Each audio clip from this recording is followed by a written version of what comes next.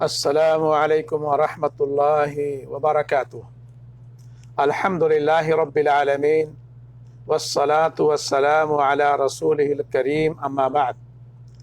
عن انس بن مالک رضی اللہ عنہ قال سمعت رسول اللہ صلی اللہ علیہ وسلم یقول قال اللہ تبارک وتعالی یا ابن آدم انک ما دعوتنی ورجوتنی غفرت لک علی ما کان فیک ولا ابالی یا ابن آدم لو بلغت ذنوبک عنان السماء ثم استغفرتنی غفرت لک ولا ابالی یا ابن آدم انک لو اتیتنی بقراب الارض خطایا ثم لقیتنی لا تشرک بی شیئا لأتيتك بقرابها مغفرة رواہ الترمذی وقال حدیث حسن صحیح۔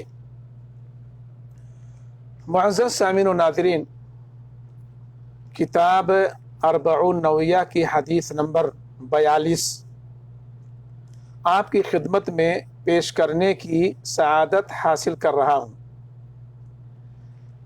جو توبہ و استغفار کی فضیلت اور اللہ کی مغفرت و رحمت کی وسعت سے تعلق رکھتی ہے۔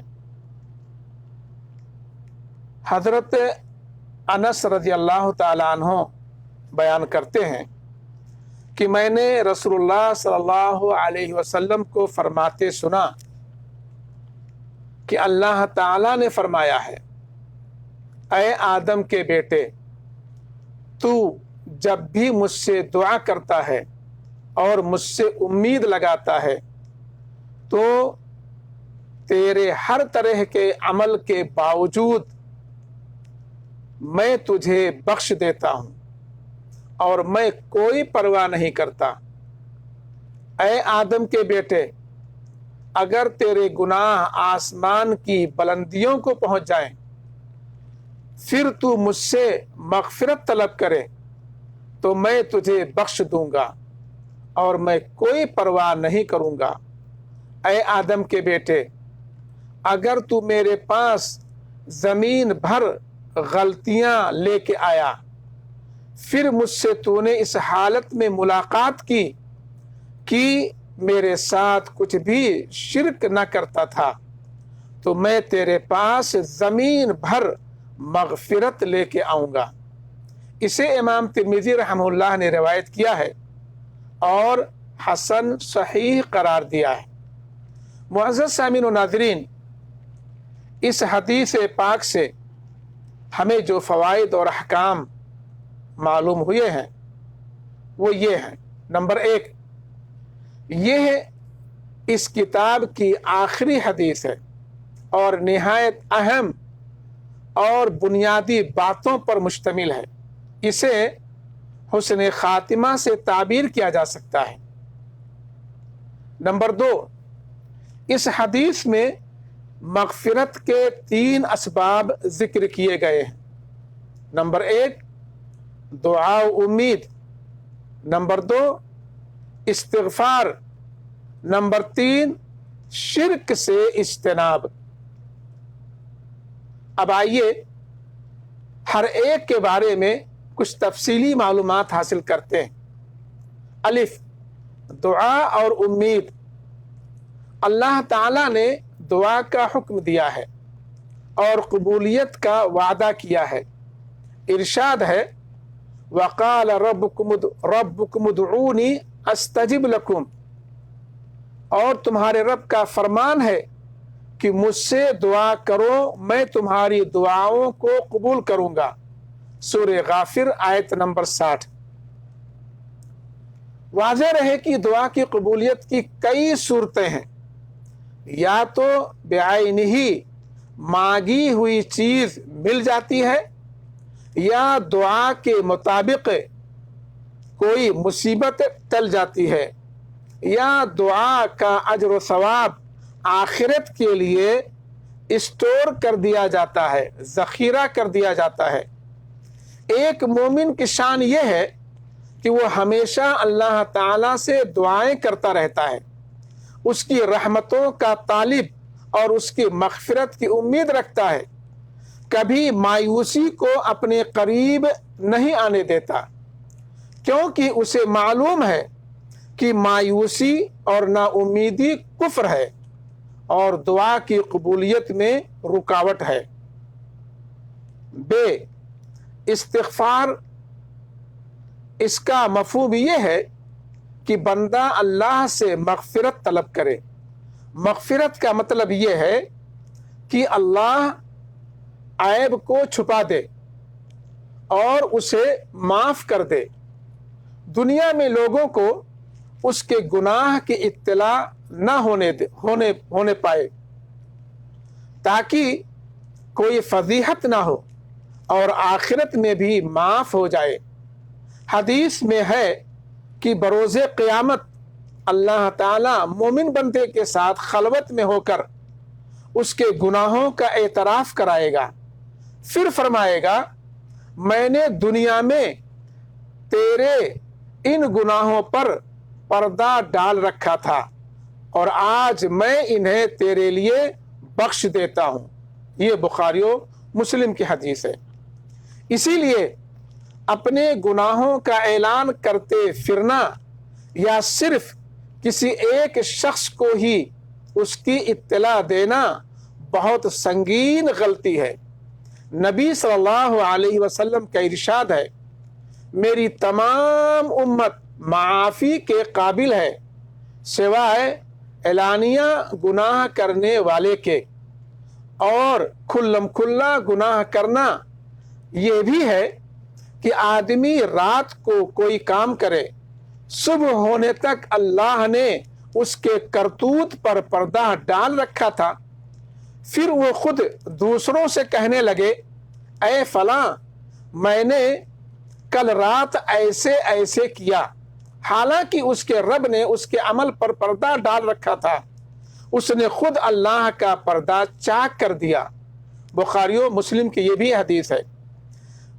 اسی طرح بخاری شریف میں ہے، نبی صلی اللہ علیہ وسلم بکثرت توبہ و استغفار کیا کرتے تھے۔ ابو ہریرہ رضی اللہ تعالیٰ عنہ کی روایت ہے کہ میں نے رسول اللہ صلی اللہ علیہ وسلم کو فرماتے سنا، اللہ کی قسم میں ایک دن میں 70 بار سے زیادہ اللہ سے توبہ و استغفار کرتا رہتا ہوں۔ عبداللہ بن عمر رضی اللہ تعالیٰ عنہما کہتے ہیں کہ ہم ایک مجلس میں نبی صلی اللہ علیہ وسلم کو یہ کلمہ کہتے ہوئے 100 بار شمار کرتے تھے، رب اغفر لی وتب علی انک انت التواب الرحیم، کہ اے میرے رب مجھے بخش دے اور میری توبہ قبول کر، یقیناً تو بہت زیادہ توبہ قبول کرنے والا اور بہت رحم و کرم والا ہے۔ یہ ترمذی اور ابو داؤد شریف میں موجود ہے۔ اللہ تعالیٰ نے قرآن کریم کی کئی آیات میں استغفار کا حکم دیا ہے۔ ارشاد ہے وَاسْتَغْفِرْ لِذَنْبِكَ وَلِلْمُؤْمِنِينَ وَالْمُؤْمِنَاتِ، اللہ تعالیٰ سے اپنے گناہوں اور مومن مردوں اور عورتوں کے گناہوں کی بخشش طلب کیجئے۔ سورہ محمد آیت نمبر 19۔ استغفار ایک تو مطلق ہے کہ بندہ ہر وقت اور ہر حال میں استغفار کرتا رہے، دوسرا مقید ہے جو بعض اوقات و مقامات کے ساتھ مخصوص ہے۔ ان میں سے ایک فرض صلاتوں کے بعد نبی صلی اللہ علیہ وسلم جب سلام پھیرتے تھے تو 3 بار استغفر اللہ کہتے تھے، جیسا کہ مسلم شریف میں ہے۔ نمبر 2، گناہ کے بعد ارشاد باری تعالیٰ ہے والذین اذا فعلوا فاحشۃ او ظلموا انفسهم ذکروا اللہ واستغفروا لذنوبهم ومن یغفر الذنوب الا اللہ۔ جب ان سے کوئی ناشائستہ کام ہو جائے یا کوئی گناہ کر بیٹھے تو فوراً اللہ کا ذکر اور اپنے گناہوں کے لیے استغفار کرتے ہیں۔ فی الواقع اللہ تعالیٰ کے سوا اور کون گناہوں کو بخش سکتا ہے؟ سورہ آل عمران آیت نمبر 135۔ علی رضی اللہ تعالیٰ عنہ کہتے ہیں کہ جب مجھ سے کوئی حدیث بیان کرتا ہے تو اس سے قسم لیتا ہوں، اگر اس نے مجھ سے قسم کھائی تو اس کی تصدیق کرتا ہوں۔ مجھ سے ابو بکر رضی اللہ تعالیٰ عنہ نے حدیث بیان کی اور آپ نے سچ فرمایا کہ نبی صلی اللہ علیہ وسلم کا ارشاد ہے کہ جو مسلمان کوئی گناہ کرے پھر وضو کرے اور اچھی طرح وضو کرے، پھر 2 رکعتیں نماز پڑھے، پھر اللہ سے مغفرت طلب کرے تو اللہ تعالیٰ اس کی مغفرت کر دیتا ہے۔ یہ روایت سنن میں بسند جید مروی ہے۔ نمبر 3، بیت الخلاء سے نکلنے کے بعد استغفار کرنا۔ نبی صلی اللہ علیہ وسلم جب بیت الخلاء سے نکلتے تھے تو غفرانکا پڑھتے تھے، جیسا کہ ابو داؤد اور ترمذی شریف میں ہے۔ نمبر 4، آخری تشہد کے بعد استغفار کرنا۔ ابو بکر صدیق رضی اللہ تعالیٰ عنہ نے اللہ کے رسول صلی اللہ علیہ وسلم سے عرض کیا کہ آپ ان کو کوئی ایسی دعا سکھا دیں جسے وہ نماز کے اندر پڑھا کریں، تو آپ صلی اللہ علیہ وسلم نے ان کو یہ دعا سکھلائی: اللہم انی ظلمت نفسی ظلما کثیرا ولا یغفر الذنوب الا انت فاغفر لی مغفرۃ من عندک وارحمنی انک انت الغفور الرحیم۔ یہ متفق علیہ روایت ہے کہ اے اللہ، میں نے اپنے نفس پر بہت ظلم کیا ہے اور صرف تو ہی گناہوں کو بخشنے والا ہے، تو مجھ کو اپنے پاس سے خصوصی مغفرت اور بخشش عطا فرما اور مجھ پر رحم کر، یقیناً تو بڑا بخشنے والا اور بڑا رحم کرنے والا ہے۔ علی رضی اللہ تعالیٰ عنہ کی ایک طویل حدیث کے اندر اس طرح ہے کہ نبی صلی اللہ علیہ وسلم نماز کے آخر میں تشہد اور سلام پھیرنے کے درمیان یہ کہا کرتے تھے: اللہم اغفر لی ما قدمت وما اخرت وما اسررت وما اعلنت وما اسرفت وما انت اعلم به منی انت المقدم وانت المؤخر لا الہ الا انت۔ اے اللہ، مجھ کو بخش دے، جو کچھ میں نے پہلے کیا ہے اور جو کچھ میں نے بعد میں کیا ہے، اور جو کچھ میں نے چھپ کر کیا ہے اور جو کچھ میں نے علانیہ کیا ہے، کھلم کھلا کیا ہے، اور جو کچھ میں نے حد سے تجاوز کیا ہے، اور جو کچھ تو میرے بارے میں مجھ سے زیادہ جانتا ہے۔ تو ہی آگے کرنے والا ہے اور تو ہی پیچھے کرنے والا ہے، اور تیرے سوا کوئی لائق عبادت نہیں ہے۔ یہ صحیح مسلم کی روایت ہے۔ نمبر 5، رکوع اور سجدہ کے اندر مغفرت طلب کرنا۔ عائشہ رضی اللہ تعالیٰ عنہ کہتی ہیں کہ نبی صلی اللہ علیہ وسلم اپنے رکوع اور سجدہ کے اندر یہ دعا کثرت سے پڑھا کرتے تھے: سبحانک اللہم ربنا وبحمدک اللہم اغفر لی، سبحانک اللہم ربنا وبحمدک اللہم اغفر لی۔ اے اللہ، اے ہمارے رب، میں تیری تسبیح اور تیری حمد بیان کرتا ہوں، اے اللہ تو مجھ کو بخش دے۔